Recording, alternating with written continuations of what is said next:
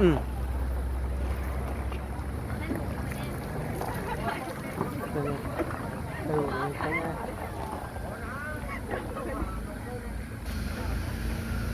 ไม่ได้ไหม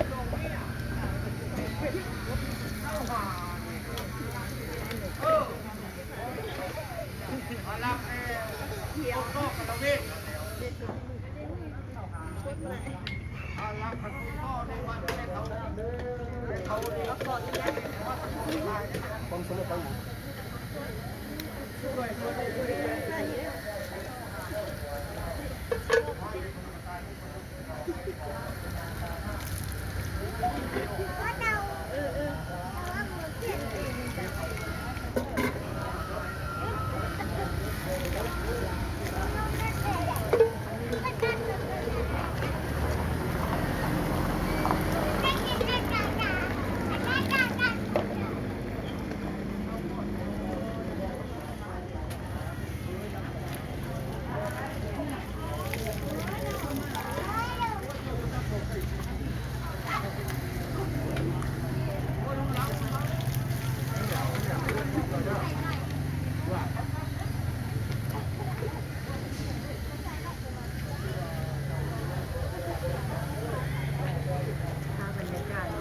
ธรรมดาเป็นหดหัว